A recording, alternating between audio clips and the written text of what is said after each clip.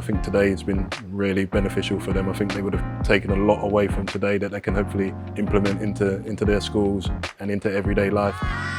Oh, it's absolutely brilliant just to see the young children grasp the understanding of racism, diversity. Fascinating to see how quickly they are sort of understanding, including everyone. And some of the powerful messages that they came out with, it's the powerful words that count the most, you know, be kind, and that's obviously very powerful. I've learned about racism and homophobia and hate crimes.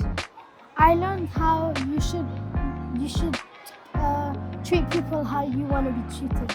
And I also learned about what things can take effect on you. I was really impressed with the ideas. You know, the key of the workshop was to get as many ideas as you could down on a piece of paper, and the papers were full of ideas. You know, and I'm sure they'll take that into their school with them and make the school a better place.